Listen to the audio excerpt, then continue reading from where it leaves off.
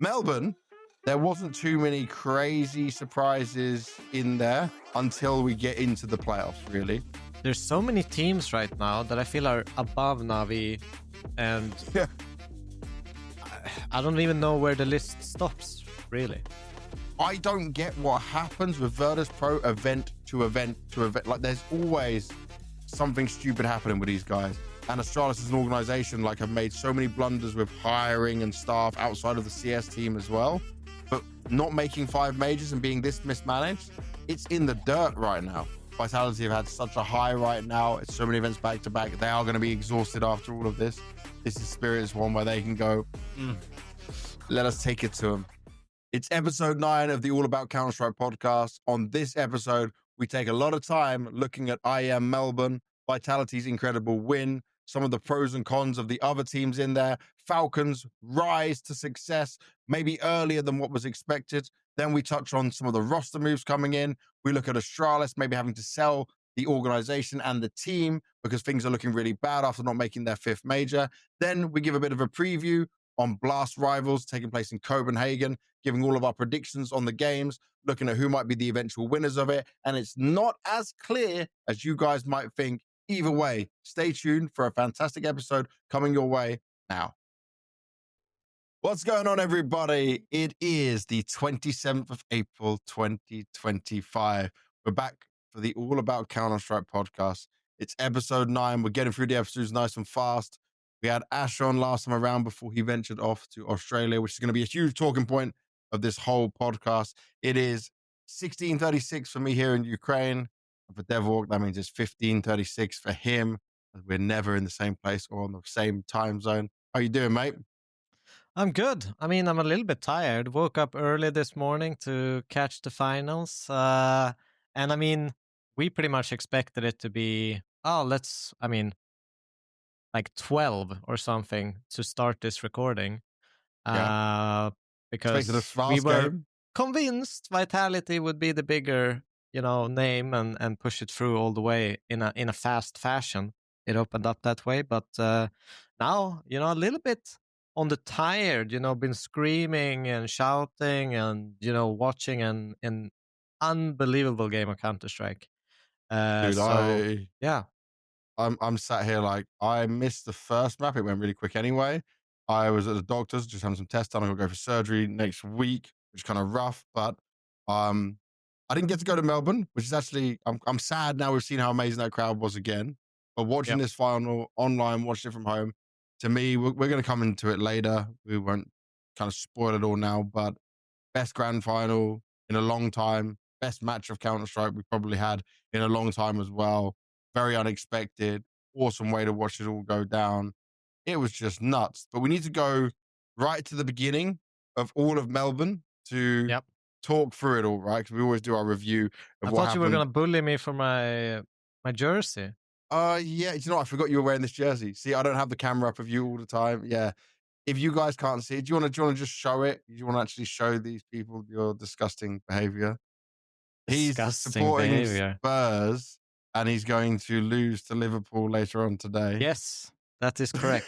I like how you're not even trying to defend it. We will lose to Liverpool. It is going to happen. I will be very surprised if we win. But I'm a supporter through and through. Doesn't matter if we're going to lose or expect us to lose. I'm going to be there supporting. I support Man United no matter what, and it's just continually downhill. I mean, Bournemouth is currently in the lead against Man United, just so you know. Just a small update there. Just make me unhappy throughout the whole podcast. Thanks, Devilwalk. Yeah, no, I've actually gone away from watching football because it's horrible. It's not a good time. So if there are any football fans out there, let's pray for Spurs' downfall and Man United's rise. Because any rise for us right now would be good.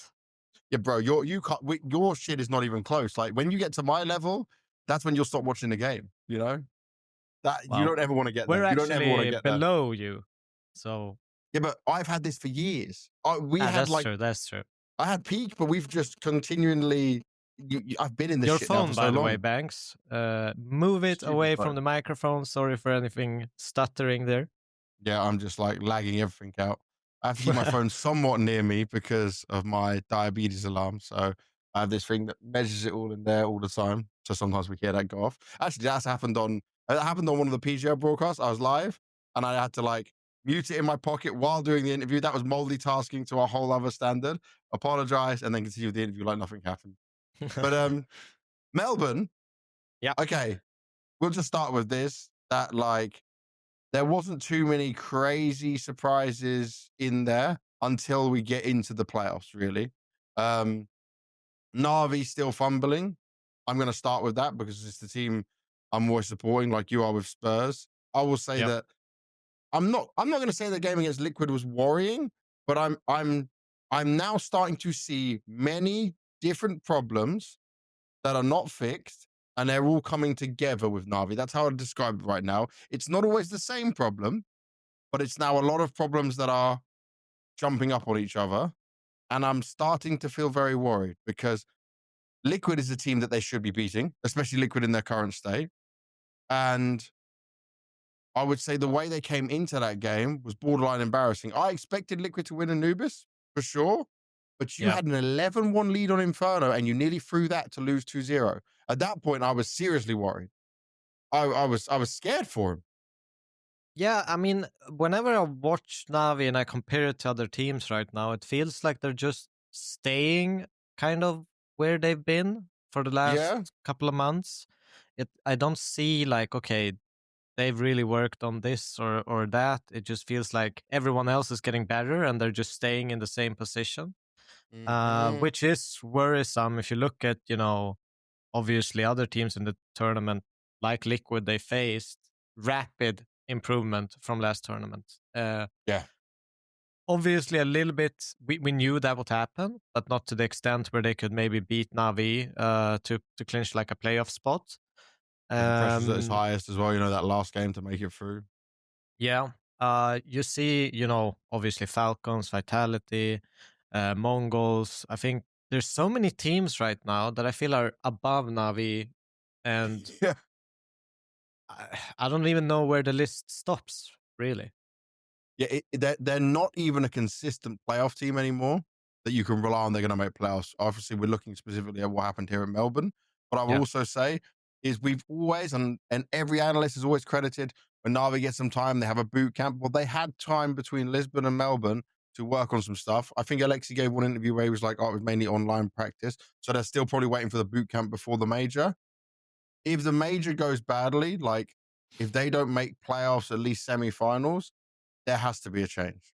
Yeah, and they've got some very capable players. Like, they've got some very capable players on junior. When is the stage you actually start thinking about changes? Because it just doesn't feel like they have it in them right now. Obviously, that could change for the major. We know that both Alexi B and Blade, they're capable of making this happen, even in a short amount of time. I just hope they all eyes, and I mean, there's going to be a lot of pressure on them, I feel like. And yeah, it's not looking good. It's really not looking good. Another team I want to look at is one we've been positive about coming off the back of Bucharest and also making it through to the major was Complexity, because they were very competitive against Mongolz in the opening group stage game. I think that was a solid sign. This is a team that's gone from Europe, North America to Melbourne. I think everyone got a little bit screwed by going to Melbourne. Just like it's tough, right, to go into that side of the world. We touched on the jet lag in the last episode. I'm not going to hang too much on it. They beat a Pain who had their coach playing. I'm going to ignore that game because all of Pain's games can just be ignored because they didn't have Big Azera. Then they lose out to Game Legion, and I wouldn't say it was bad the way they lost it, but it's like the train pick confused me because they could have picked Anubis, which was the tried and tested map for Complexity. I know they believe in their train. Some people were even saying, I think I said it on the podcast, that train could be like the best map for Complexity. They could be one of the best teams in the world on it. But like Game Legion showed they're a capable team. Remember them beating Falcons on it at the same time in Bucharest? So it was a kind of weird veto for me. And on the maps that they then were able to win on Ancient, I went, okay, the individuals back. Grim was playing out of his mind. He was like one of the highest rated players of the tournament, despite losing in the lower bracket semi-final. And then they just got bullied on Nuke. I don't know. I didn't see the Nuke, I'll be honest. Let me look at the Nuke stats. Nuke, 13-4. no one showed up. No one showed up on there. No, I mean I agree, but I don't think it's the end of the world, like you say. Like Gamer No. Legion, they're a super good team. I think we obviously had Ash on last episode, Yeah. and He's gonna be they he's kind gonna be of so happy. yeah they've been consistently playoff team, and they've shown it now again. I think it also reiterates a little bit how important Ash is for the guys and Hmm. when they are playing, because obviously Ash couldn't join them for that MRQ, and Yeah. they got demolished in the online stage of that. And now he's back with them on LAN. He can make those pauses and make some impact on the server. I think it just shines through that he is incredibly important for this project and Yep. these players. And I mean, he obviously got rewarded some bit. We'll come to that later, but uh, Yeah. yeah, I just it's nice to see them. I think they had a good game against FaZe, good game against Complexity. They just look solid. I think I almost rate them above Navi at this point. I would say on the same level probably right now Yeah, because of what happens on the stage for Game Legion. We'll touch on that when we look at the playoffs. yeah, But yeah, I have to say I start to agree with you. Virtus.pro, remember what I said to you last time is how they can be very disappointing because they're not an early morning team, and I can imagine the jet lag's just going to absolutely wreck these guys. They had a good fight against Liquid, it's okay, but you yeah. lose 2-0 to FlyQuest. I don't even understand. I am so confused. Like, you can't lose 2-0 to FlyQuest like that. And on your pick of Dust 2, we spoke about them 13-0ing FaZe however long ago at Blast. It was Blast Lisbon. And you got 13-6 by FlyQuest. You got Yep. rolled over. And Regali is the best player on that team still. He's the European import. But I I I don't get what happens with Virtus.pro event to event to event. Like, there's always something stupid happening with these guys. It's like I start to think, oh, this is good. Seeing the pieces get some experience and work together, then they have struggle. Did they It, have it their coach with them at this event, VP?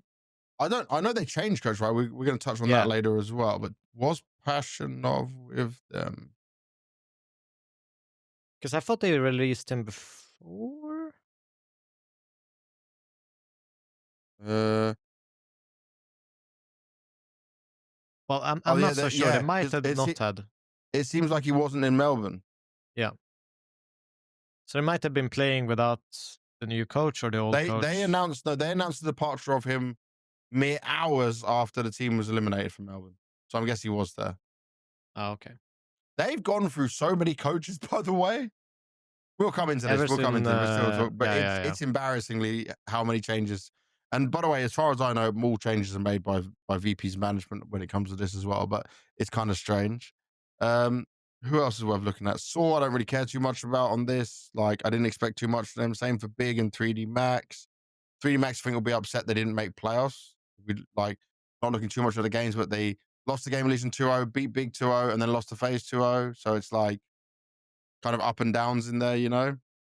Being beaten 13-1 on Dust 2 when Dust 2 is a really good map for both 3D Max and FaZe, that's kind of rough. That's not a pretty sight at all. And then I mean, should we move on to the playoffs? I'm trying to think, was there anything else in group stage I want to look at? FaZe I losing mean, to I'll Game be Legion. honest. Like half of the games I couldn't even watch during the group stage because they were at I like was so 3 in the early. morning. Yeah. So Yeah. some of these I don't actually know how they went. I've just been looking at the stats through Let me just ask you HLTV this pages. then. Would you put FaZe right now above or below Navi? Below. Below. Okay. Yes. That's fine then. We're still on agreement of that. We're still on good terms. Yeah, I'm not leaving you just yet. I'm not leaving you there. All right, let's get on the playoffs because I pretty much caught all games except for I didn't see Falcons Mouse, so I saw every other game on playoffs. Did you see Falcons Mouse? Yeah, I had it on. Okay, nice. I did not. I think I missed a parts of it because it was also quite early, if I remember. It's crazy. For a major, I can justify waking up and destroying my sleep schedule for. But Yeah, but I FURIA saw and some of Melbourne, it. not so I much. was shocked because it went through really quickly. Well, should we start Falcons with the games. quarters first? Should we start Yeah. with the quarters first? We're not skewing. I'm just trying to check which games you saw. So Falcons versus Gaming Legion. Obviously, Falcons go on to make the final, but we don't know that at the time. And they've just got Manassi, who hadn't played train since 2021. So Game Legion obviously thought like they won't. By the way, most teams probably thought Falcons were not prepared. Yeah, you had 1.5 days, maybe 2 days, they said, Falcons, to practice with Manassi. And actually, Game Legion, in my eyes, would have had a chance in this game. But the stage, none of them except Rez has experience on that. Yep. A big stage, all the crowd, all the roaring. It's a super young team. And yeah, you get 13 3'd on your own map pick. Then you get 13 4'd on your opponent's pick. At no point was there a challenge from Game Legion. It was just like waiting for them to lose when I looked down that. Yeah, and I mean, I think the most depressing part of this is they won both pistols on Nuke, Gamer Legion, and they got a total of 4 rounds in that game. A little bit more understandable when you don't win any pistol, like on a 13-3 train, but winning both pistols on Nuke and losing 13-4, like that's absolutely, like that's getting demolished. Oh, yeah. That's almost worse than a 13-0. It's so much pain. Mongolz versus Liquid. My gosh. Mongolz, we spoke already about them at previous events. Yep. Not having the stage experience, kind of a bit of nerves in there. They had the crowd on their side, kind of, I guess, from being in a similar region. The Aussies just took them. And also Liquid removed JKS. So there was chance of fuck you, Liquid, over and over again. I'll just say this again for the Aussie crowd. You guys, I would love to have stage hosted and been at that, because the energy you give is what I want. That is what I want in my body, in my veins. That but I also think like the Aussie crowd, it's not like they are incredibly hostile with how they are approaching it. They're just like, JKS is our boy. Aussie style. Yeah. They've got a unique culture. Yeah, the banter, a unique. And I saw, by the way, we're on a tangent. I saw so many people complaining like, oh, why is there a guy dressed in a bra and why are they running around like a fucking blow up cock and stuff like that? It's like, have you guys ever watched Australian cricket? Like, cricket's quite big in the UK. And like, even on Australian cricket, they're not maybe chanting like that, but they're just drinking. They're having fun. They're out. Like, it's a different style than a European or a North American event. And fuck it, they're being themselves. I'm not going to knock it. I think actually fair play to them, you know? They are being them to their core. Yeah, I think they're just having fun. They're enjoying the moment. And, you know, some games, to be fair to the Aussie crowd, was not very exciting. Yeah, a little bit boring. And they still made it fun. The crowd was amazing. They were, you know, chanting, "We want a major," and stuff like that. When things weren't really all about the Counter-Strike. So, no, I love it. I love the Aussie crowds. It's always a good watch. And you kind of want to see a lot more of the crowd at these kinds of events. Yeah, by the way, props to ESL, because on day one, I thought the crowd mics was terrible. Like, you heard the commentators really good. Action was good. But like, I could see from the camera shots that the crowd hype was there and I wasn't hearing it. And it was making me so unhappy, because I was like, there's going to be all these HLTV threads or whatever. People would just be like, oh, the crowd is crowd. It's so terrible. But no, we actually, by the next day, it was better. It was looking good. It was sounding good. Yeah, that was decent. I will say respect to Mongolz for being able to make it through to the semis again. They did it in Katowice, so they've done it now. They've bounced back. They made another playoffs. They're still not ready to challenge the elite teams, but they fought back hard into this Liquid game, and they showed up in a big way. Mr. 910, he was like very much missing on Ancient even when they won, but it wasn't a problem. He saved the day on Inferno. He absolutely saved the day on Inferno. Yeah, and I mean, I love watching the Mongolz. I do think they do look a little bit rusty because they're so reliant of their aim. And, you know, I saw like on Ancient, Sensu started picking up some slack. And I feel like they get really bad starts if they don't get their aim going. It's not like they're Yeah, overwhelming people with strats. It's their individuals that's really carrying them over the yeah. board, and they kind of need everyone popping up if they want to challenge Did you see the the seating change though? vitalities of Falcons. Huh? They had a seating change. Techno Oh now in yeah, the middle and Blitz on the side. I don't like. I've tried to message Mazzinho, but he hasn't replied to me yet. He didn't even read the Instagram DM. Normally he responds to me quite a lot, but I need to find out either before I get to the next event or whatever. Is like, is Techno now in the middle because it's better for the map vision, or are they testing him as IGL and Blitz is maybe wanting to take a step back? Is Mara wanting a change? Like, there could be a way, by the way, because Mara has coached now for 10 plus years, yeah, and led all of these Mongolian sides to glory. That yeah, Mara takes a step back, Blitz goes into coach role, and they bring someone else in. Maybe they're looking at a change. That's just in my head from what I saw that, but that was unexpected. I didn't think that was gonna. I didn't think that was even on the cards. And I don't think yeah. Blitz is bad by any stretch of the imagination, but maybe they see of like how they want to stay on the very top part of the Asia region and the world region. But this is a change that needs to come in, so we got to keep an eye on that. Yeah, I mean, I've experimented with some like changing how you actually sit and not having the IGL in the middle. Do you need to Sometimes have the it's IGL in the middle? Is it a not must, like in really. your eyes? As long as it's not on the edge, I think it doesn't really matter. Okay. I think it's more about matching what screens you want to see or have an easier time seeing. If you're going to be, Yeah. the rotation, holding flashes for two specific people most of the time, you kind of want to have those next to each other. It's not always going to work. We try to Mm-hmm. match it as good as possible, where you and a supporter guy, you see a lot of times, people are going to see, for the ones watching on YouTube, uh, people are sitting like this, looking at the other screen and holding a Yeah, flashbang yeah, and yeah. just throwing Waiting, it at waiting, the go. timing. Yeah. Yeah, yeah, yeah. So it could be just position wise, what they're doing on the map makes more Yeah. sense, right? Yeah. Because like we're in this mindset, by the way, as like someone who's just watching and enjoying CS, that middle means IGL, but like what you just said doesn't necessarily mean that it has to be that way just because it's what is the norm. The I think game you just adapts. automatically, you're the ideal, put you there. And then, Yeah, I mean, some people will like it, some people won't. I don't know. yeah. It's very dependent. All right, let's look at our semi-finals then, starting with the one that I didn't get to see. So I'm going to use you to inform me as much as possible. Falcons 2-0ing Mouse. I remember said to you last week on the podcast when we did episode 8 with Ash that I said, okay, Mouse make to the grand final, actually beat Vitality. I could see a world where this happened. Well, I never saw a world where Falcons beat Mouse and this scoreline. So fill me in. What the hell happened here? From my point of view, it felt like Mouse got a little bit scared. I'm very used to them like dictating the pace of games, Mm-hmm. rotating around a lot, having a lot of movement. Doesn't matter if it's T or CT side, helping each other out.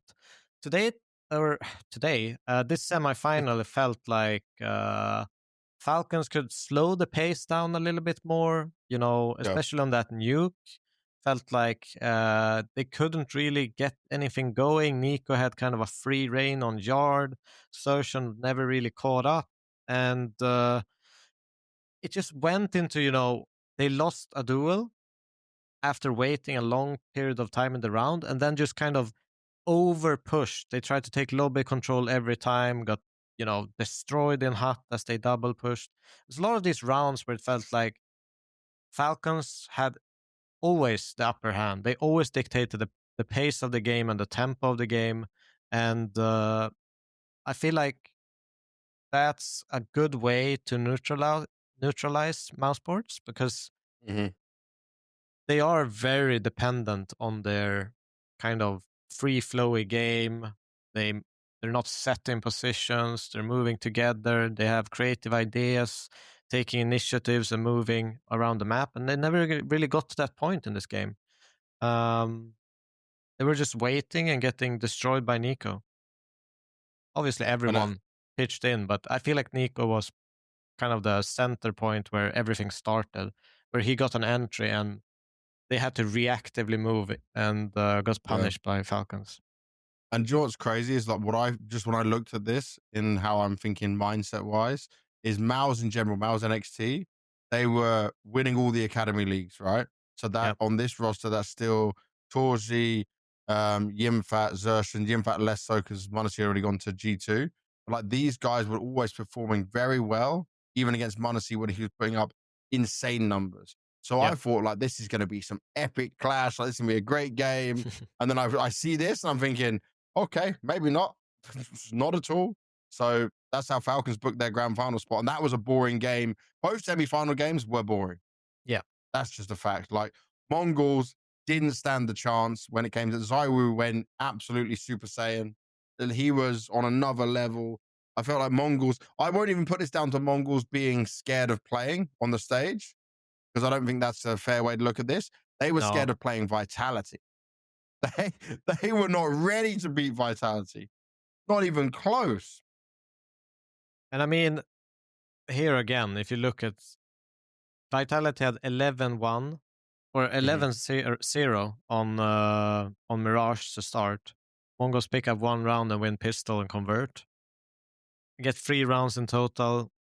Nuke, they also won the second half pistol.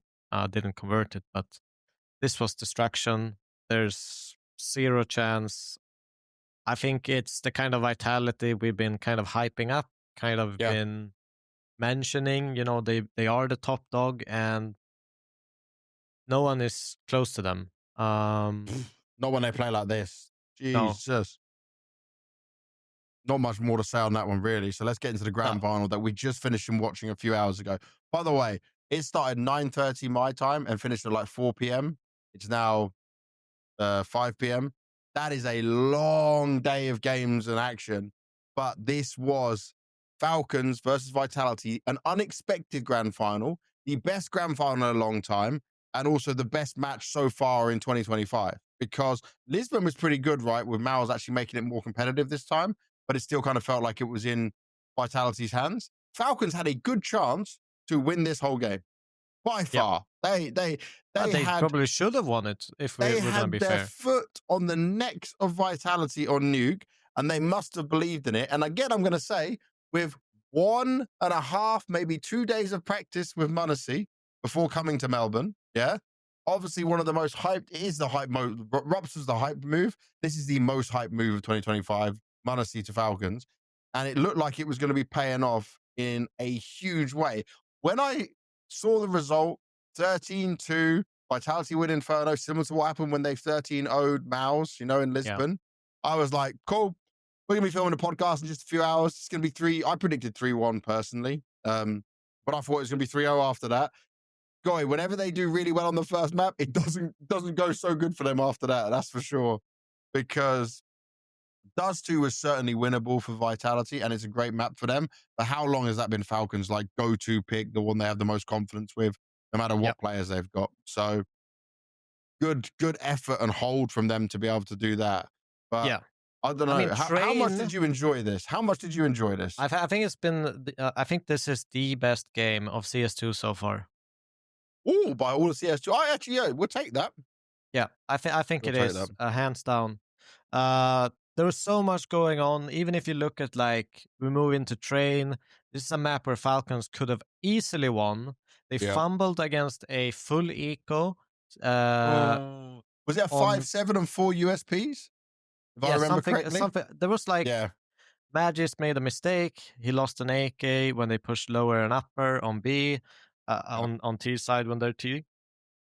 Niko then gets flanked in pop while getting kind of pressured by the guy E-Box.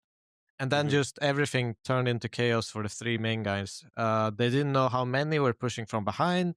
They didn't know, like, they didn't have the correct information because it looked like they were scared that someone could be like Ivy or back yellow train in quad or something because they weren't moving like they had the full information from Magis coming behind. So, yeah, they fumbled that. And it looked like Train. Falcons. I think they had a 9-8 lead or something like that. Falcons. Would have been, let's have a look. Yeah, remember it was exactly. A 9-8 lead, and then they fumbled the ecos to make it 9-9. lost all Yeah. momentum, had to force buy, lost the force buy, had to eco, and it was just over after that. I want to point one thing out here, right? Train is a pretty damn good map for Falcons. Manassi was his insta-ban map on G2, so they were just perma-banning it. Back in case people don't remember, NAVI Jr. used to love this map and play it in 2021, and Manassi had some of the most insane performances I can remember of his young career at that point. So give him some more time on this, and he will take over this map. I think both times he played the map here, he did pretty good. Let me look at stats here. I mean, it was top dog. Top, yeah. Obviously top on the Falcon side, Yeah, not Falcon ahead of side, yeah. not ahead of Zywoo. Second on the server. Yeah, give him some time and get him comfortable again, and he'll be fine. Because there is a few moments where you can see he wasn't ultimately confident like you'd expect him to be. But yeah, that one must have stung for Falcons, because that could have been it for you guys, especially with how well they played on Mirage. Yeah, I mean, I think there's so many things that the Falcons players will look back on and just say, like, we had this, we had this, we had this. Obviously played a really, really nice Mirage to clinch it back to 2-2. I was cheering for Falcons at this point. I was like, I wanted the 5-mapper. I wanted the 5-mapper. Yeah. So now I think it was a great game of Counter-Strike.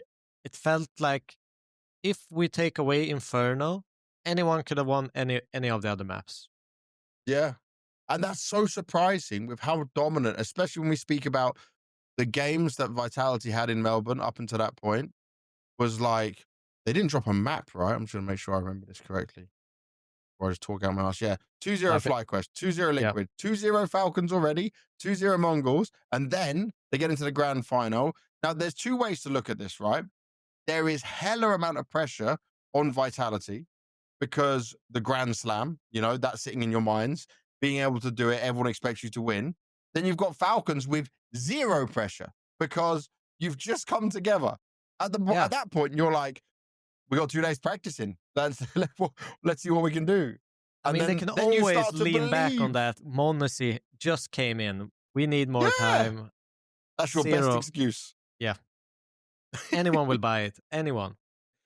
I'll let them have it as well. They can have that for another event. They can have that for another event because you are not up to date like other teams. When you make a change mid-season, mid-events, basically, right? Where normally it's done like after the major, and they make a change and they get some time to grind. Nope, they've done it like halfway through. They've done it after just winning an event as well, being in back-to-back grand finals with changing a player. Credit to Kixan and Zonic here. Everyone's saying that Zonic was a fraud. You best shut the fuck up now, because he's still doing it with like Magic still underperforming, and Kixan being quite a young in-game leader in terms of being on this level and this amount of pressure that he has to deal with. Yeah. And sometimes he just frags out of his mind as well. He's really good. He's really, really good.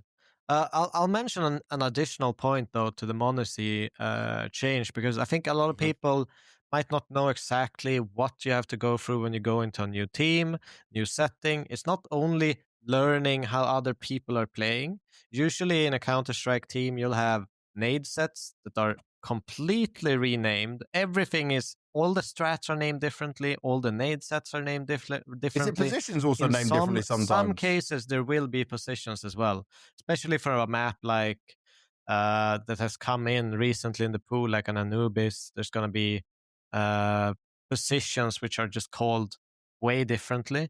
There's going to be rotation systems that are called differently, and some might even be called similar to one of his older systems, but be completely different.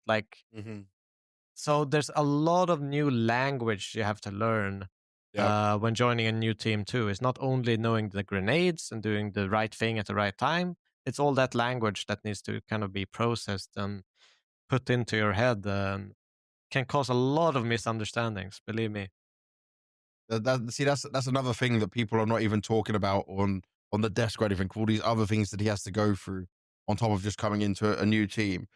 Let's get to the nuke, because 4 overtimes. What were they? What were Falcons up? Falcons were up 12-6, I think. 12-6 on their T side. 1 round is all they needed.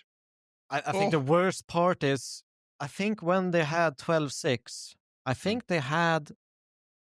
Did they lose like a 3v5 or something like that?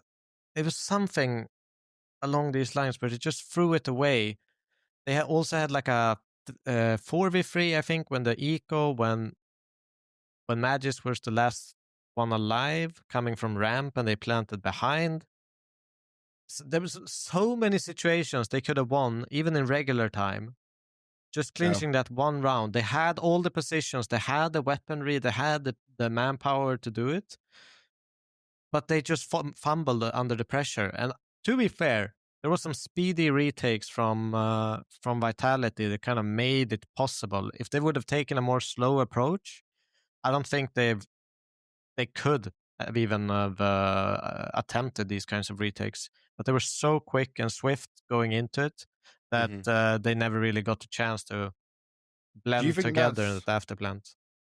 Do you think that's because also like Vitality have that time together and knowledge of what to do, that they can react like that, where Falcons at times are going to be more just static and holding?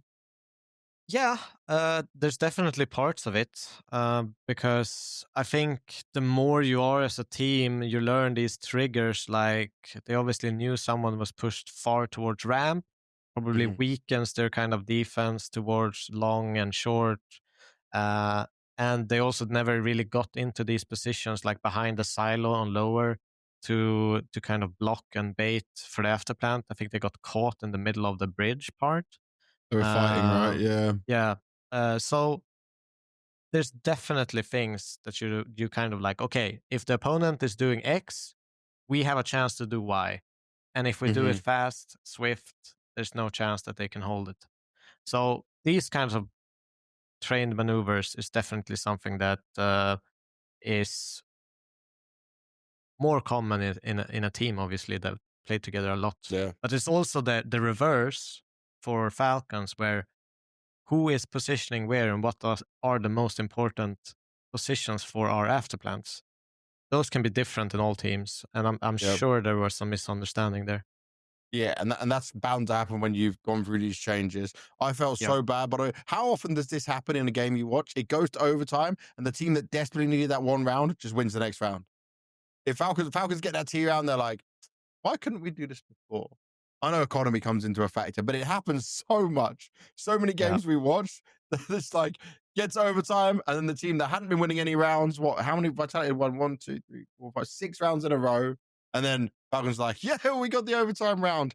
Honestly, I thought Falcons would bow out in overtime. I thought you've got nothing left. You have nowhere more you can dig deep in this. And I know it's all this talk about Zywoo, Robs, Manasi, Niko, but Tess says, not just in this whole event, but Nuke specifically was doing the most. He was doing everything to save the day for Falcons. And like, there's all this conversation about if Falcons want to get Kosuke into the team, like who goes. I'll just say Tessus keeps continuing to deliver, that he's saying, it's not going to be me. I know Magis and Zonic are best friends and have been together forever, but you're not getting rid of me. I'm too good to be removed. Like, no, I think he's amazing. He's been stepping it up, like ever since the Bucharest tournament. He's been really shining through, and I feel like he's probably one of the better. I mean, sometimes it feels like he's better than Niko, which is weird to say, but that's kind of crazy. Watching the games, the entries, I mean, if you just look at this Nuke game, he has 40 frags, 32 deaths. He's getting entries. He was clutching out rounds. Yeah, like he was doing so much. Like playing 42 rounds and you have an average of 107 ADR.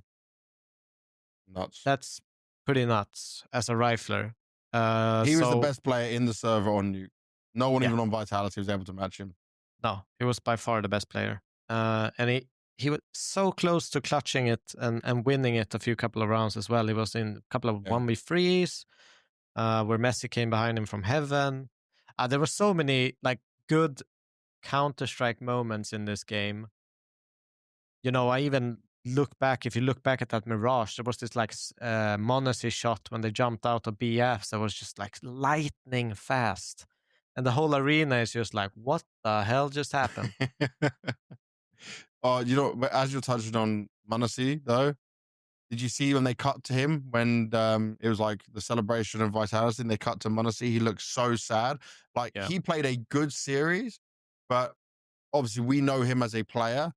His nuke game was not his usual level. I think him and Niko kind of didn't shine at the best points possible. Like I think of Niko and Yard doing so much work, being able to lock it down. Didn't have so much success with that. Honestly, obviously felt personally on his shoulders that a lot of this nuke pressure was maybe on him that he didn't deliver in. But it was just a hard game, man. And it I sucks mean, now. Commiserations for the loss, but this was such a good performance from a Falcons that is brand new. it was a sick performance from Falcons. And I'll even mention, like, to Monacy's defense also. He played a Mhm. good game, but you can definitely see that he's not 100% comfortable in all scenarios, where he's Yeah, looking at radar a lot more than he would in the past, because he doesn't know where his teammates are or where they're comfortable going or how he should play around them yet. So there are going to be moments where he's just like not in that opping focus mode, just so he can yeah. catch up where everyone is gone, positioned, repositioned. So there are moments you see that there's a lot of room for improvements for him gelling with this lineup. Yeah, it's not the natural for him, right? Yeah. That's understandable. It'll come with time. Let's Yep. touch on Vitality a bit more with this though, because Vitality mentally stayed strong. Individually, Zywoo grabs the MVP of the tournament. No surprise there. Another LAN MVP. I think he ended. I'm just gonna double check it again. I think he ended the event like 1.39 rating. Yeah, 1.39 rating across 13 maps. Rops was also right behind them, doing so good.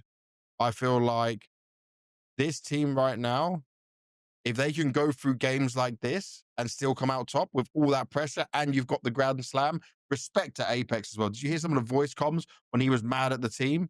Yeah. That's a leader. That's the captain I want. Like, he knows it's not acceptable. He's not taking that shit. He knows how bad he played on Nuke as well himself, but he was still trying to do his best to call through the good game and get the good reads on things. It was, it's really showing a level right now that we have not seen in such a long time. Like maybe I No, think and the last time we saw this was Navi 2021. yeah, Maybe probably. Phase 2022, probably actually. I guess that kind of time was the last time we saw this level of dominance. Yeah, but it's really a mark of like a championship team, the beginning, a potential beginning of an era, right? Because Yeah. you know, all through history we've had like NIP time to Nip Magic going Yep. into it, and that's the kind of like thing that makes you scary to play, because you're gonna get respect out of this. All teams you're gonna play against now, they're never out of it. You have to be fully focused. You're gonna get more drained playing a game against Vitality than any other team, because of the way they play, the way they can bounce back, and the way they've shown and proven that they can do it under any circumstances. So it Yeah. puts kind of like this fear emblem on Vitality, which as a player you can talk as much as you want, as you don't care about it. You don't. Hmm. It doesn't get to you, but it does. It's you know you're gonna give up, quote unquote, much easier against a team like this because they're so overwhelmingly, Yeah. much better They're than you. never going down. And Yeah. this is the same phase moments that we had. We called it like the phase magic as well, right? Yeah. Where they could always come back into games. But it seems to be the Rops magic. Rops is the one bringing this in. He is the common denominator right now. He's Yeah. taken that bit from phase, brought it over to Vitality. And I'll say Mezzi keeps performing so well in so many huge moments when other players are maybe not stepping up, right? He's anchoring down to a extremely high level. And he's not expected to do this, but I think he's so happy with who he's got to play with now that I don't care that they don't want to talk about the problems that were there with Spinks or whatever was happening. They could all pretend that nothing was bad, but something wasn't good there. Yeah. And Mezzi has just got better with Robs with him. This is a Yeah. fact. He is playing so much better. He looks comfortable. He's more happy. The whole team is in some kind of epic flow state right now. And I'm all here for it, man. I'm all here No, for it. I they're saw some enjoying funny.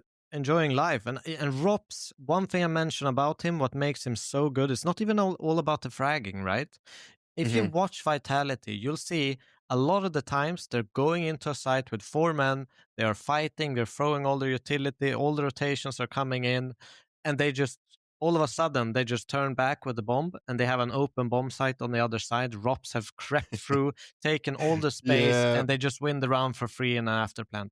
And the mega because lurk. they're forced to save at that point, because there's Yeah, no way they can retake that ground and space that he's taken in the perfect timing, in the no, most because like you're already out of position. crucial.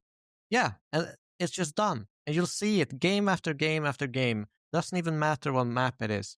He Yeah, will be coming for that space, and it's kind of like pick your poison. Am I gonna wait an hour for Rops to show up, or am I actually defending the site that is being hit? yep. So, and that's also credit to Apex, noticing, realizing Rops has taken this space, his communication, and that the way that they can, under that chaos, still make decisions that are smart and effective for the team, right? Because And also it's the not trust. easy to do it when you're having gunfights everywhere. You're Yeah, inside, halfway inside on nuke to turn back and go for a ramp push or something. It's not it, easy to turn that around. it's crazy as well because on top of that and all what you're saying is like how many in-game leaders might listen sometimes, but they don't trust them enough to listen all the time, and they stick to their Yeah. guns and they go into the site and they keep doing the same push. But it's like how in sync they are already, and it's only been 4 months into the year. It's so damn good, man. And congratulations to them for winning the Grand Slam. Yeah. This was just a huge thing. There's one more thing I'm going to touch on, more of a funny thing before we end up here in Melbourne. Yeah. It's not so much Boros bad, but it's Falcons and it's funny. Oh, this. Niko, I love you, brother. You're the best rifler of all time. Only Donk is chasing you in any way. But Zonic had a meltdown when Boris changed mouse mid-tournament. Now, I know Niko's got his Razer sponsorship. He's been using this mouse, which people might have seen. I'm on Mouse Watch all the time, by the way, of players. I love like mice and gaming mice and seeing what new tech is. Anyone who watches my streams knows how much I'm always looking at new things and seeing what's going on. Well, Niko and a few other players have got this Razer Death Adder style mouse with like camo all over the top of it. It's very noticeable that it's not a normal Death Adder mouse yet. It's not released just yet. In the group stage of Bucharest, he used it, but then in playoffs, or at least like the semis and grand finals, he went back to a normal version. He did the same again this tournament. Now, Niko definitely, if you look down his mouse changing history, he's changed between Pulsar, Zowie, Razer, going back somewhere else. He's always trying different things. But I mean, Zonic, buddy, you reamed out Boros at one point. Just because Niko's who he is, you're letting him off. Like, I don't think the mouse change is that big a deal, but there's got to be something inside the mouse that is different. But it's interesting that Niko's changed it now 2 tournaments doing this, man. Yeah. I mean, hopefully it's just like he's changing to pretty much the I think same the shape's mouse. the same. Yeah, the shape's the same. It's just whatever technology is inside is definitely different. He's not going for that MMO version mouse all of a sudden with 50 buttons on the side. Twice he has changed this now in tournaments. It's it does worry me when players change mid-tournament, no matter what. I'm agreeing with Zonic on that, but I want to see some videos of Zonic making some skit now where he's like, Niko, what the fuck, man? You're changing. You cannot do this. Get out of your own head, blah, blah, blah. Because like, if you look at him in comparison to Munacy doesn't change mouse, doesn't change mouse pad, keeps it the same. He's kept it the same since he's gone in Navi junior days to now. He just refuses to change over.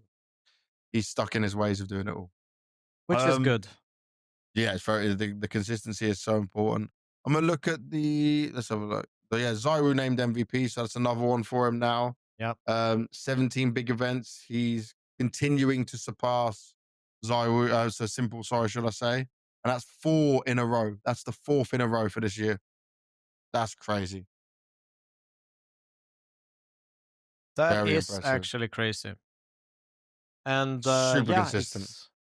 So how many did Simple have? So Simple has 16, 14 at big events. Zywoo has 18, 17 at big events. But there is a difference in terms of Zywoo has a lot more online ones when it was COVID times. Oh, okay. Now, I know the big Zywoo fans are like, oh, it doesn't matter. it was still a very high level of competition for sure. But I will say that at the beginning of this part, where Zywoo was #1 player in the world, them online ones do make a difference. I don't care what anyone says. There's a difference between when it's done on LAN or not. But if Zywoo keeps this up, he'll still overtake him in that. Doesn't matter. Like, this year, he can definitely do it. 100%. If they continue playing like this, I will Here we say, go. though, there Oh, might wait a be... sec. I was wrong. Okay. So this is his 24th one, but actually the list they've given here is LAN, HLTV LAN MVPs, yeah? 18 for Zywoo, 16 for Simple. So yeah, now he's done it. Now he's surpassed it on the LAN one. Had to make sure I was correct there. All right. But yeah, I do want to say, though, he might get a few more. By but far. It's interesting, though, going into this year. It's been Vitality, a little bit of Mouse. Can they do it?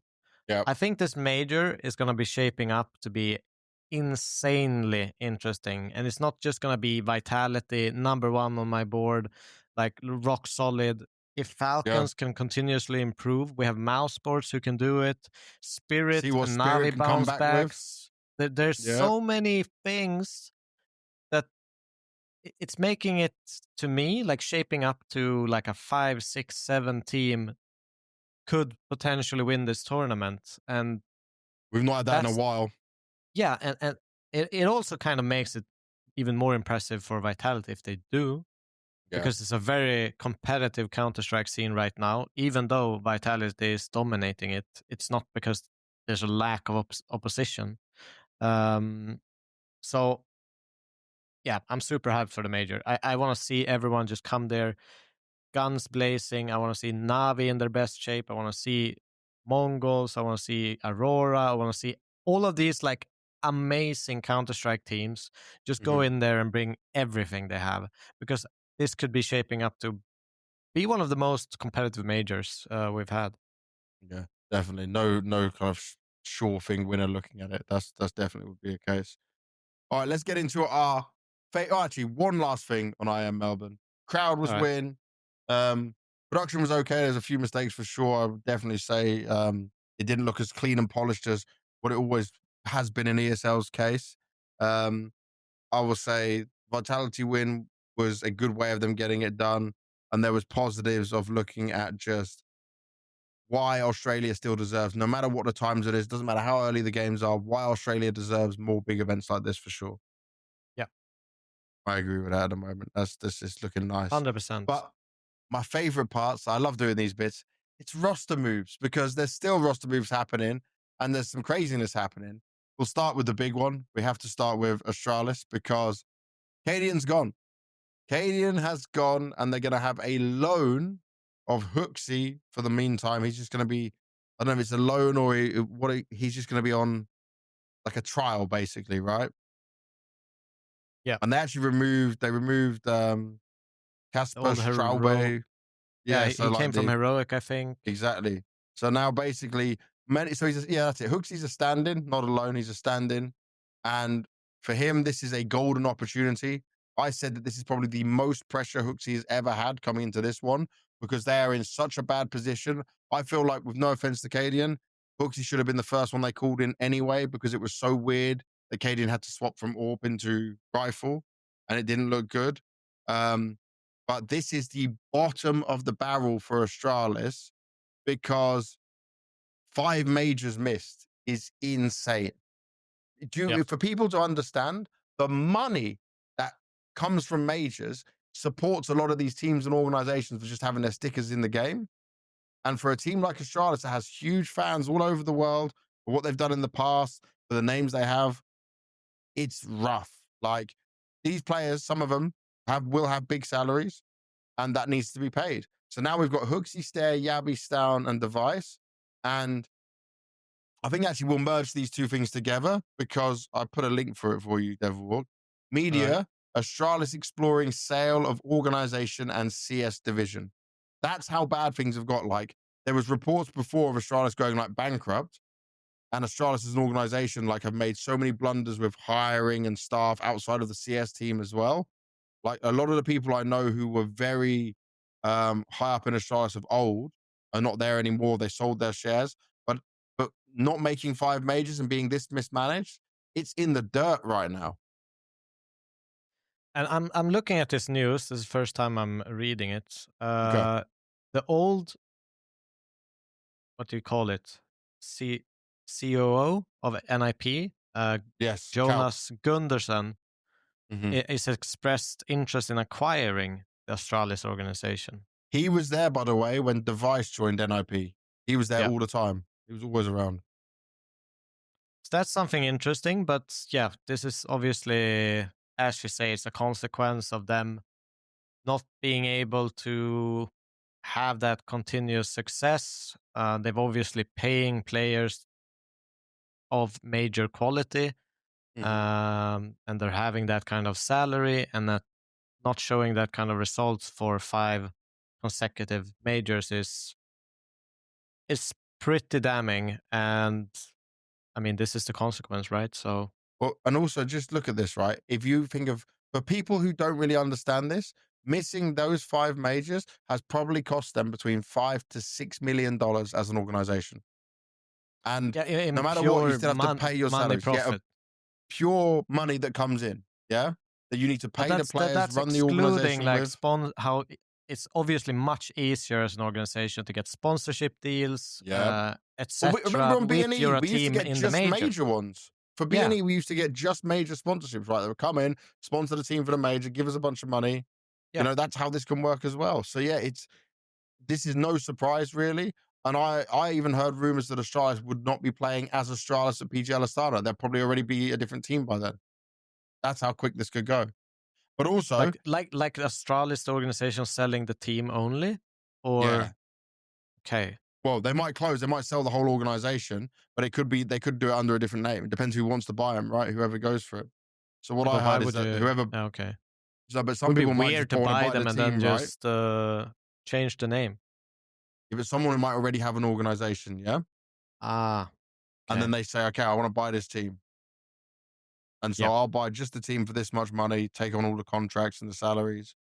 Also, maybe even the players, this is just speculation, would have to take a pay cut because I'm not paying for a team that didn't make the major, ranked 15th in the world right now, not looking so good. I wouldn't pay them the salaries that I'm assuming they're on.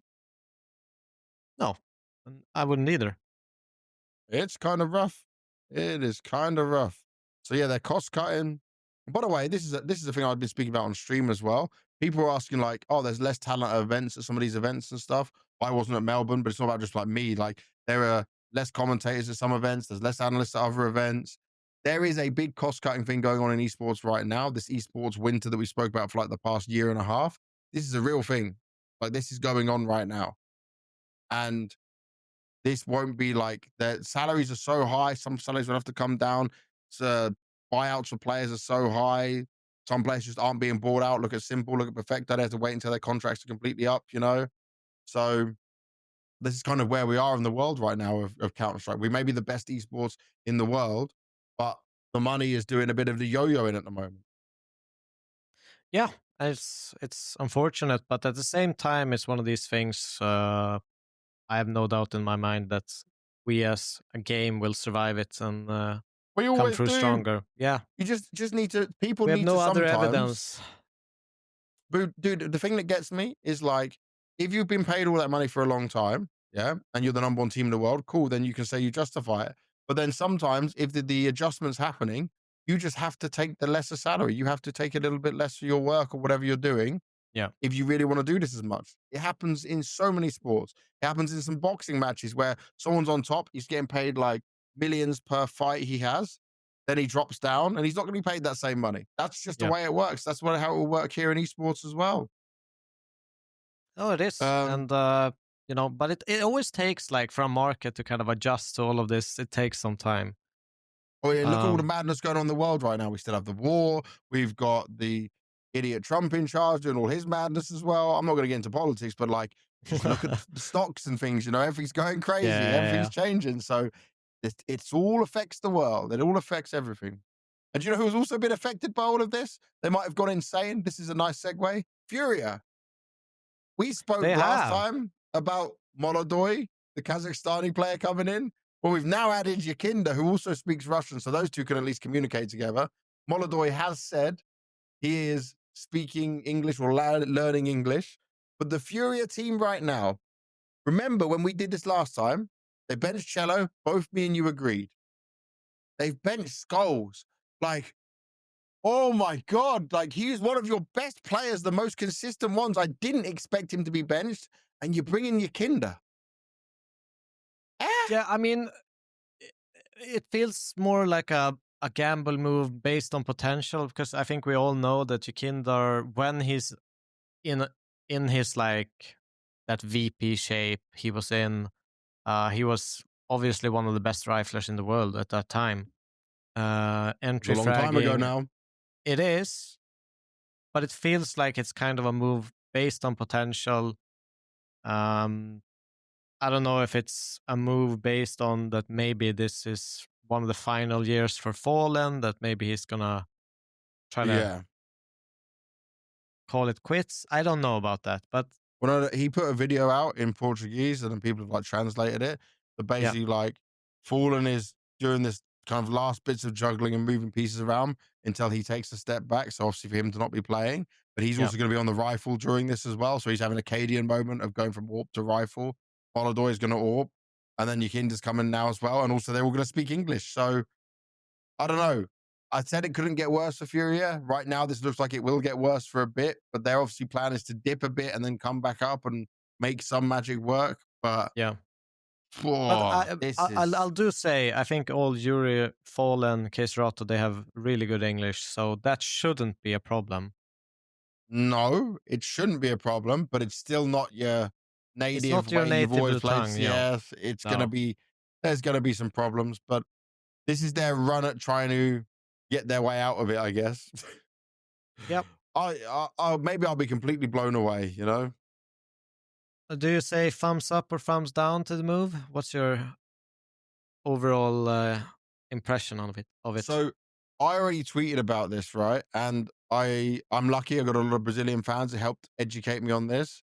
Is that I should thumbs up this move because Furia, even with being the biggest organization, there's like a law in Brazil, and the buyouts that can be placed is like a crazy amount more than what their money is. Yeah. And this is like it's a real thing where the prices for these young players that should get a chance to go on Furia, they get signed to another team and their contract locked in, and Furia can never buy them. So that's why Furia is going outside as well, because the Furia Yeah. Academy project was obviously not working to what they needed. Give it up for Kai one time. Maui Snake will be happy. But it is a situation they have to deal with. But like other players, like or other teams like Pain have been able to get some players in there. So I don't know. I think maybe the viewpoint of Fury and what they want to spend and how they want to do it, it's just not possible for them. It's a thumbs up for now. It's the best of a bad situation, but it's still not a move I'm excited about. Yeah, How do I'll you I'll, see I'll it? give it a thumbs up as well. Mostly because I remember us talking about the Brazilian scene and Furia and what's wrong with them. They've kind of been stagnated for a while. Doesn't show any signs of improvement, event to event. Eh, like the belief is kind of lost as a spectator of that lineup. So I think I even mentioned I didn't think Cello was a tier 1 player in a previous episode. So I think it's a good move. It might not be the right pieces they picked up, but I think change is definitely something that is needed for this roster. That's fair. Yeah, I think we all agree on that, right? Yeah. It's a time on what needs to happen. Now, next one we're going to come on to, we both really like the Pain lineup. We ignore what happened to them in Melbourne because Big Azera was not there for them and they still had the young player standing in. The young player got his chance, but he won't be playing with the full roster. It's actually going to see them bringing in DGT, which we spoke about being rumored, who's been for 5 years on 9Z, gets to join Pain. Now, he's coming out from Uruguay. Obviously, Davideus is from Chile. Davideus and DGT play together on Pain. With On NQZ. 9Z. On 9Z with NQZ. So you've now got a trio together. When I spoke to NQZ during the Bucharest tournament, he was very positive about DGT and getting to bring him in. I spoke about Payne. They're still signing players within South America, so they're obviously going to keep speaking Portuguese. Yeah. This should be a big improvement for these guys, you know? DGT, yes, he's been around a long time, but he's still only 23, and his individually is very good. We were so, if I remember Dallas, not last year, was it last year when they made the playoffs? They beat Vitality for the spot. Let me see. I think you have to Dallas confirm that. 24. But yeah, DGT, I think it's a 6 Yeah, signing. they made top 4. They made top four. Yeah. And They DGT was obviously good. have something, working for them since the past. It's probably not going to take as much time to integrate. It's kind of like that Monacy and Niko situation, but now with multiple team members. So it's Yeah. probably going to be pretty smooth to fit him in. They probably already spoken and talked about roles and stuff. I think it's a thumbs good. up. Yeah, And thumbs up. It's definitely a thumbs up. He's a very, very stable performer, DGT, and can definitely add some of that like star potential. And just looking at it, when Snow is kind of like your worst rated player, I think that's a pretty good sign. He's kind of their X factor. Yeah. So yeah, I think it's good news. Hopefully we can see Payne kind of get back to the early year kind of momentum they had, where they actually looked really, really good and exciting to watch. For sure. The next one, we're going back to Virtus.pro here. Finn, 40-year-old veteran. He was obviously a 1.6 pro many years ago. People who maybe not been aware, Finn was very heavily involved in the Gambit Youngsters project, but then obviously became like the analyst assistant coach of Gambit as well. So he has been involved at a very top level. They're bringing him into Virtus.pro. Yeah. And he is now the 4th coach that Virtus.pro have had in the last year. I'll say this, I think I said it earlier. Virtus.pro management make a lot of these decisions. Yeah. This is not a shock move because within the Russian-speaking community, Finn gets a lot of respect. I think Electronic will listen to him and respect him. I think this is a great opportunity for Finn personally because he gets to work with Icy and Flammus and help them get more integrated into the team and just this level of CS. We've seen the potential, especially of Flammus. But I'm just going to say, Virtus.pro, give him some time. Don't give him a 4-month, 5-month period like you did the last coach. Like, Finn has proven he can work with the youngster teams. He's proven he can work on a high level of understanding the game still, as he's a very old veteran of the whole game. Like, now let him do his thing. Because otherwise, you're just wasting more time. Yeah, I think it's a good move. I do agree that maybe even the other coaches should have had a little bit more time. For real? We have to be aware, like it's they also need to adjust. They need to get to know each each personality, what their playstyle is, how they communicate, what to improve. There's so many things you have to do as a coach that it takes a lot longer than just 4 months to get everything sorted for yourself. But I think it's a good pickup. If we remember like how Gambit youngsters actually played, they were very calculated. They rarely deviated from like playing defaults and having this structure based Counter Strike. So if VP can get a little bit more structure, I think can only benefit them at this point. I think Electronic probably needs some help. Maybe he tilts less and Finn tilts more. I don't know how that would work, but see. But yeah, maybe Electronic will be a little bit happier. Maybe the kind of mesh between Electronic and Finn will be better. IGL to coach. So hopefully this will gain results because right now VP are extremely inconsistent with their like results based inconsistency. But dude, the inconsistency is huge. So if you can just fix that a little bit, give them a chance of being not maybe a consistent playoff team, but getting towards that, then that would be great. We'll go from one coach news into another bit of coach news. Ash, the guy we had in the episode last time as our guest, giving us all the words, giving us the realist talk on the MRQs as well. Ash, obviously, he is a heavily praised coach for what he's been able to do with the pieces he has and the players he has and how he works. Well, he gets an extension on his contract. He's been there for 4 major appearances for Gamer Legion. He's lost so many good players that get sold out to other teams, and rebuilt again and again and again. It says he signed a multi-year extension, so that's good. Yeah, I mean it's the best thing Gamer Legion can do. Honestly, Dude, because I'm a other little bit teams would for sure surprised. want him. Yeah, I'm a little bit surprised that no other team is just taking him and letting Yep. him do his thing. You know, Astralis as an example. I don't even care if he's not Danish. Just put him in there, save the organization. I think he's the man to do that. So, yeah, I think there I was a think serious conversation, yeah, because after they didn't make the major, I'm 100% sure people came knocking on Game Legion's door and said, yo, we want Ash, we want yeah, PR. And Game Legion, when we spoke to Ash, was very much he wants to keep PR, rightly so. But Ash himself, to be able to keep him is huge, because I yeah, heard in the past, I don't know if this is true or not, I heard rumors that other teams came to him before and wanted to try and take him. And he could have definitely taken more money at the organizations I heard that were interested in him. And he stayed with Game Legion. So he stayed committed and loyal, which is so rare in esports, by the way. Like, let me just talk about this from teams, tournament organizers. Loyalty is not there. Like, all of us, from players, talent, coaches, analysts, you're basically all freelancers who can be dropped at any point.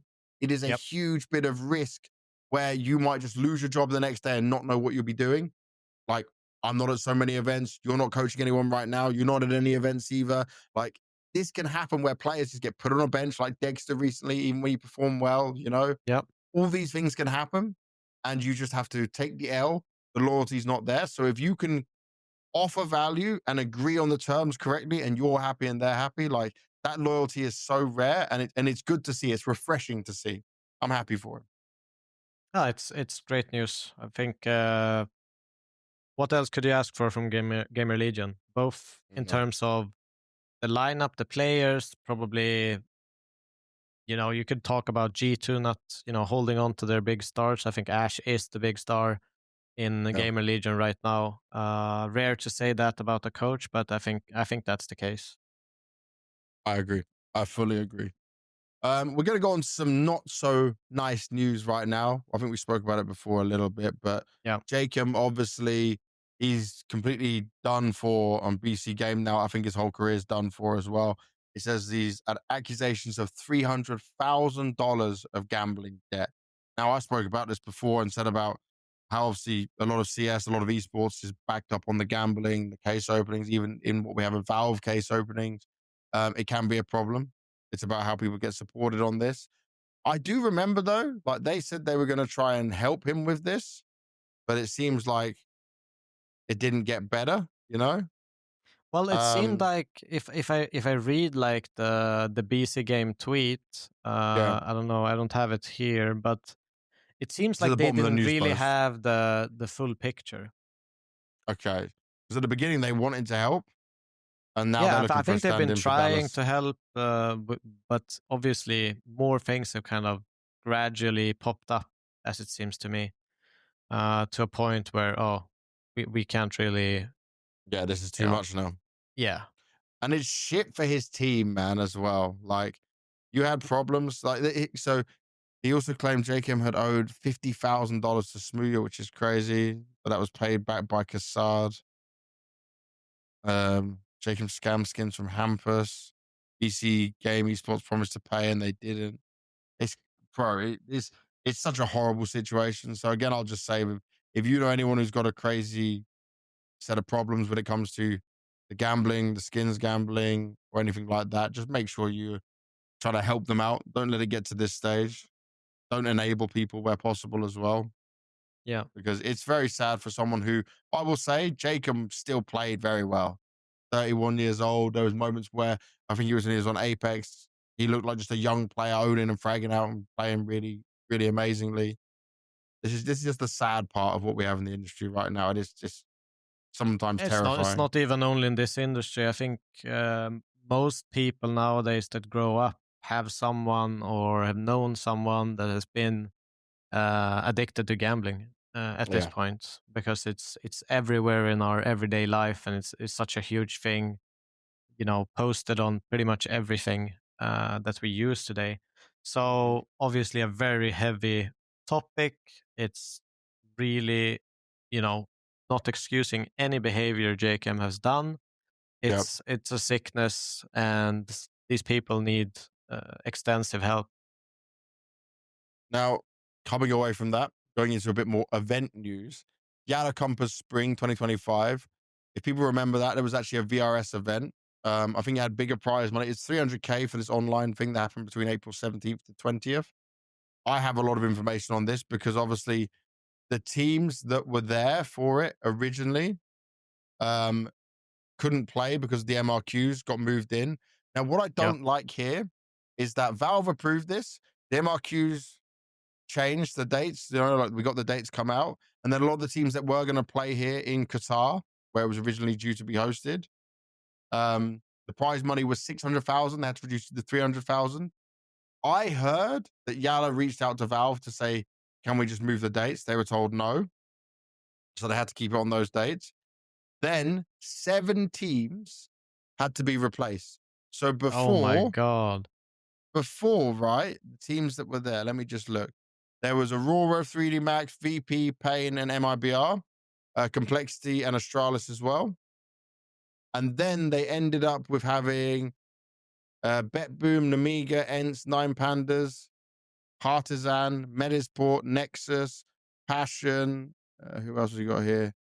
Spirit Academy. Navi Junior ended up playing as well. And then the end teams that they had for the whole event, because there was replacement teams for the closed qualifiers as well. Replacement team EU VRS, Navi Junior came in as well. Dude, this was, if you're an organizer, I heard that they got kind of screwed over by Valve on it. Yeah. Also, you got to imagine they probably had flights booked, hotels booked, venues booked. People can say it's in Qatar, it doesn't matter the money. This is still a tournament organizer that would have spent this stuff going forward. Then they had to move it to all online, change talent, whatever else. Like Tech Girl was doing some of the interviews I saw from content. Then she wasn't on the broadcast itself because they only needed commentators. It was a very strange event. And I worked a Yalla event last year, which was pretty damn fun. We did it in Abu Dhabi. I enjoyed it a lot. I hope this doesn't hurt them too badly. I hope they're still able to continue on for the rest of the year and next year with the plans they've got, because you never want to see it go down like that. But what I will say is it came up with a very, very fun and exciting storyline for the whole event then, because this was basically a VRS event where teams can get so many points to jump up. You had favorites in there like Ent, I guess Spirit Academy could be put somewhere, as it probably Bet Boom, Navi Junior. Like these are teams you would say maybe Medisport after what they did at the major to have success. We ended up with Navi Junior going up against Ents in the finals. I don't know if you know him, but Bakazi, the Kosovo boy from Navi Junior. Yep. MVP performance, 1.36 rating. If you're Navi Junior, he went above Kaiosuke on there. Spirit Academy didn't even make it to the playoffs. No, I mean, this was a crazy event. It's kind of crazy. I mentioned this earlier, but some people are saying Navi Junior is better than the main squad, kind of like that. Well, Stop you it. remember when Mao's NXT was higher ranked than the entirety of that Mao? actually happened. That was a real thing. It's kind of leaning towards that direction. It's not there yet. Stop. Obviously, Navi is better than Navi Junior, but it's a fun kind of running joke to kind of get into. Dude, it is actually crazy. But do you know what I love about the Navi Junior team? 2 Ukrainians, 2 Kosovo players, and then another Lithuanian in there as well. What a time to perform, not only for Navi Junior, but if we kind of rewind to our conversation about Navi, if they don't perform at the major, some changes might be very relevant. And it couldn't be a better timing for Navi Junior boys to kind of step up, prove their worth, show that they can play on a capable, well, really high level. Let's be fair. They won a tournament against Ens, Legend, Glaive on the other team. So they really put themselves in a very good, place, especially Makasi, like you say, to be one Yeah. of these guys that could potentially get a trial into the main team if things go the way, if things line up for him. It looks very good for sure. I would just that was $75,000 first prize and then $75,000 club share. So $150,000 up there. Very good for them. Ent's going to be kicking themselves about that because Ent should be the much more experienced team there. But fair play to NAVI Junior, man. Yep. Fair play to them. All right, we've also going to do our preview of the next event coming up. It's Blast Rivals 2025. It's kind of a strange event, I'll be honest, because this was originally meant to be in Mexico. So people would be going from Australia to Mexico. It's only an 8-team event. It is $350,000 prize pool. It doesn't say if it's a club share or anything. It looks like it's just all prize money going out like normal. So not a club share situation. But Blast do have the tokens if you accept an invite to their team. They had 4 invites from the VRS Global. Falcons was wildcard EU. Pain was South America. FlyQuest was Asia. Wildcard was North America. So you've got like Falcons is probably the only one that compete with the best teams. Pain, FlyQuest, and Wildcard. Let's see what they can do here. I will say this is the first Blast event I've not worked since 2020. I've done every single one of their events up until then. But if you even look here, we come back to looking at the esports winter part. They don't even have an interviewer. They've got Pimp hosting and Daft Mike hosting. So I guess the desk will just take the interviews. But one positive thing, why I'm talking about talent, is DDK is back from his first event since 2021, since the Stockholm Major. He obviously went to Valorant, which I'm not a fan of. Yeah. DDK is a very skilled and capable commentator, but he went to Valorant. He even went to be a GM of a team as well. And then we haven't seen him on CS since then. I'm always happy to welcome DDK back because he has got a lot of knowledge, even from early Quake days of doing, like, he was a professional Quake player, very skilled, definitely can play games to a higher level, got a good mind for stuff as well. Some of his YouTube content's banging at the same time. But I'll just say, Dan, I hope you have grinded CS and got so up to date on the meta because I want to see you, if you're coming back at this level for a big event, I want to see you shine. He's going to be there with us in Astana as well. But like, is he casting with Anders, by the way? Yeah, he's casting with Anders after Zeus and him had like a not so good showing at PGL. So yeah, it's going to be Anders and DDK, scoring in Launders as always. But yeah, DDK, if he's really grinded the game and put his focus on it, then I think he should be able to fit in no problem. But this will be a good start for him. It's a smaller event as well for them to do. But it's not in Mexico. They moved it to Copenhagen. I don't know the reason because I'm not working the event.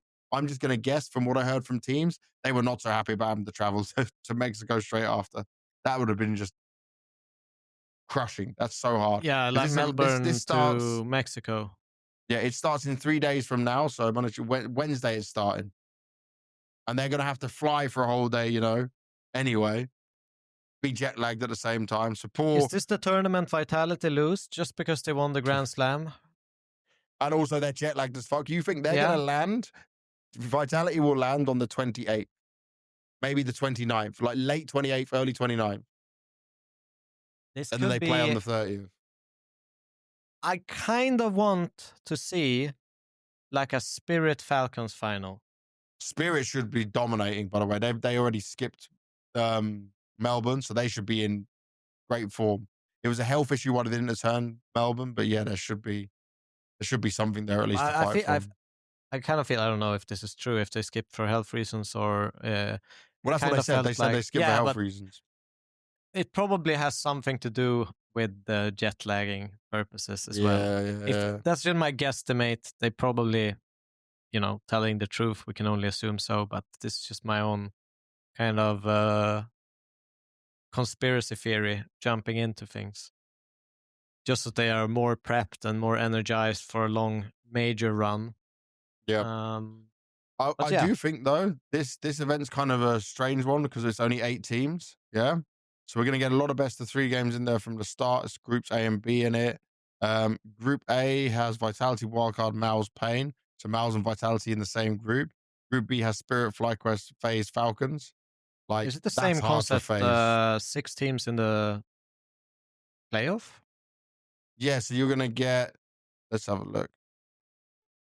So there's only 4 teams in quarters, and I guess there's 1 team that goes direct to So there's only 2 teams dropping off out of group stage. Yeah. Winner advances to the playoff semis, losing team goes to quarters. So yeah, it's the same strange concept in there. I'm not the biggest fan of it. No, it's a weird one. But either way, should we go through the matchups? Yeah, let's do our predictions, because last time in Melbourne we were prediction kings. We will try and give you the best ideas. There's only 4 games failed here. complexity. Hey, we're pretty damn good. I was just selling us like gods, and you just cutting this off for me, Devil. Back to earth. Thanks. Back to earth. We're gonna we'll do our best. We'll do our best. I like to say we're prediction kings. All right, Vitality wild card. Vitality. do we have to do this one? Well, come on. Don't you want to sell? You got 2 Swedish players on wildcard Devilwalk. So let me just put this into your mind. Vitality jetlogged. They've got gold in their mouth still, confetti in their hair. They're not even showered and washed. They come still to play and they're like 3-day hangover after winning the Grand Slam. They're so smashed. You know, they've just been boozing all night. Like Apex. Okay, it's a bowl. Damn it, it's not a cup. It's just a plate. Why was the Melbourne trophy just a plate? That's annoying. You can't. Okay, they just poured the alcohol onto the plate, and Apex was like, and then he's still wrecked and can't call anything. But I'd still be impressed if Wildcard pick up a map against Vitality. I have to say that. Even with hungover, angry Apex, I'd still put my monies on him. Okay, so you're saying 2-0 Vitality? Yeah. 2-0 Vitality is what Devilwalk's saying. I'll give Wildcard a map, but we don't want to do map predictions. But isn't Wildcard like one of their best maps, Inferno? You're making me look at the stats. Statistically, it looks like it. So it's going to be hard either way. Yeah. So Wildcard's maps, I think, is Nuke and Inferno. Yep. I think Vitality having a dream veto against Wildcard and pick up a 2-0. Okay. 2-0 Vitality for Devilwalk, 2-1 Vitality for me. Either way, Wildcard should not be winning that first game, despite what we've been saying. Second match is Mongolz taking on Pain. Mongolz now at least would have been home before because they got eliminated earlier. So they would have had a bit of time to adjust. Probably not too much practice time. Pain's coming in with a brand new player. I'm still gonna predict Mongolz, but I feel like Pain will be able to take a map. Pain's gonna have enough hunger. Biggest error's back after missing Melbourne. Actually, we don't 100% know the biggest error's back, but we hope his health's better and he will be back. We don't want to see Ricks playing again. But if it's the full Pain lineup, I'll let them take a map. I believe they'll take a map from Mongolz. All right, I'll just continue with my 2-0 for Mongolz. Okay. Spirit Fly Quest.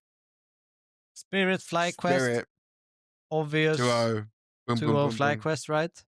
Yeah, bro, Spirit are going to be so... Think of the young players Spirit has. They are just going to want to play again. It's an official. When did Spirit last play? Let me just take a look. Spirit last played at Lisbon on the 29th of March. It's going to be a month since they last played. They're going to be like, I want to go. Dong's going to say, like, Zywoo can't have another MVP. Time for me to shine. He's going to drop a 2.0 it's pretty obvious rating. 2-0 to Spirit. 2-0. And I'm looking at Vitos now because I'm try-harding this one because you're saying we're kings of the predictions. I'm not even trying. I'm just clicking on names. I'll just say that Fly Quest's natural pick map is Spirit's Autobahn. Good luck to you then. Good luck. So 2-0 Spirit is my prediction. Now, things get a little bit interesting because we go on to the last game of the day, the biggest game of that day. Falcons taking on FaZe. Falcons have done amazing. Falcons were in the grand final of Melbourne.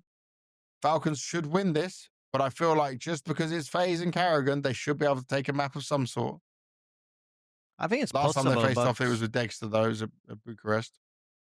Yeah, I think it's possible, FaZe. I mean, I'm losing hope a little bit on FaZe, I have to say. It's getting rough. It's getting rough, and, you know, you could really see disappointment on Carrigan's face. Last time they played and lost to Gamer Legion. It's tough times out here. So I can't really say FaZe is going to win against Falcons. I think Falcons, they're just going to grow. They're going to get better. Even with this tough loss against Vitality, I think it's a growing stage for them, and they're just going to get better and better every time they play, every time we see them on the Yeah. server. Oh, yes. Well, So I'm I going to go say Falcons 2-0 all the way. Falcons. Okay. Okay. Now, who do you think is going to win the whole event? And I'm going to start here. I think this is Spirit's chance to bounce back and shine and win an event. It's just a studio event. There's no crowd. That doesn't affect Spirit. That's not what I'm trying to say. But it's more like Vitality have had such a high right now. It's so many events back to back. They are going to be exhausted after all of this. This is Spirit's one where they can go, let us take it to them. Yeah, honestly, I think I kind of think I'm on the Falcons train a little bit. Okay. Okay. In my head, I'm kind of theorizing that Vitality, the Hangover, Apex, all these things kind of blend together I like into how this is in your mind. I love into this this in your mind. perfect scenario for either Falcons, Mouse, or Spirit to pick up a tournament win. Where Vitality is kind of like this. in this. Let's simulate. Who cares? We just won a Grand Slam. Let's simulate Vitality through to semis from Group A. Yeah.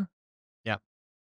Spirit or Falcons through to semis on the other group. I think Falcons. Okay, you think Falcons.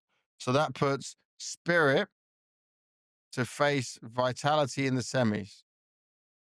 And that would mean Mouse potentially face Falcons in semis.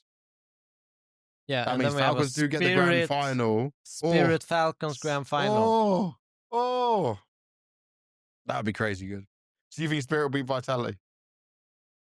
Think is a little bit of a stretch. I think it's more I wish rather you than want to see something different. I kind of hope for it because I kind of want to stick to this feeling that anyone can win the major. That Falcons can do it, Spirit can do it, Mouse can do it. Yeah. And not only have this like, Vitality won all the tournaments going into it, there's a 95% chance to win the major. Let's be honest to the viewers then. Vitality are the favorites coming into Blast Rivals. Yes. Copenhagen. That's for sure. But Spirit didn't go to an event for a month and they've had time now to be ready, hopefully all healthy and ready. They have a chance to win. Falcons, obviously looking in a good spot. Mouse continue to be a competitive team, making deep runs at playoffs. Those are your teams you should be looking at. I'm personally just going to pick Spirit on a whim that they've had this time off, that have a chance to do it. And you're going with Falcons? I'm going with Falcons. Okay. There you have it. There's our preview of a Blast Rivals 2025 Season 1 taking place in Copenhagen. It should be a good one. Enjoy it. I'll be streaming from home and just seeing what happens, watching the games go down. And we're actually through to the end of our episode. But we've got viewer. Our Q&A. Yes, viewer questions coming in. We always take viewer questions if you have not been a regular viewer of the podcast. From the Discord, you can check out the Discord down below in the description or just head to allaboutscs.gg/Discord. It'll take you there. Everyone's welcome to enter. Me and Devilwalk are always talking in there. The first question is from Skorga, and he says, by the way, Skorga, you are the most regular. He's the regular. He's the most regular. Almost every episode comes in with a question. So shout out to you one time, my dude. He says, what is the sustainable number of teams in the current scene? And is the recent increase in teams disbanding due to financial instability, e.g. month-to-month finances, budget cuts, a new trend of a recurring issue, possibly driven by organizational mismanagement? P.S. Any chance of a special tier 3 or something episode to raise the profile of these teams? So I will say the current size of number of teams is hard to predict. Majors obviously make so much money for teams and organization, which keeps them afloat. Bigger organizations that have teams in other games can obviously take money and source money from other games to funnel into it. But if CS, like for Astralis, doesn't do well for you, then you can fall apart. Every team and every organization is different. If you're just a CS org who only has CS teams and you don't have a betting sponsor, for example, like look at BetBoom, who is just a betting sponsored team. They technically have the resources whenever they want, right? As long as BetBoom's happy with it. So they won't have a problem. But then there are the month-to-month finances. It's the the fact that the VRS is quite messy, that some of these organizations and teams are falling apart, in my opinion. There's the budget cuts, there's this esports winter we've spoken about the whole time. It's more of, I wouldn't call it a new trend, but it's more recently happening now because we're going through this change. There's none of the partnered leagues. There's these organizations that are having to fight for so much. There are organizations that are not able to sell players as much as well. Some Yeah. have done it very well. If you look at Mel's NXT, if you look at NAVI Junior, they've had great success with this kind of stuff. But it's in a position where I think we will see more smaller teams and organizations rise up eventually. Once VRS kind of course corrects, all these organizations just do well from selling players to bigger teams. But we I are mean, in a position where that's you're going to see more fold for now.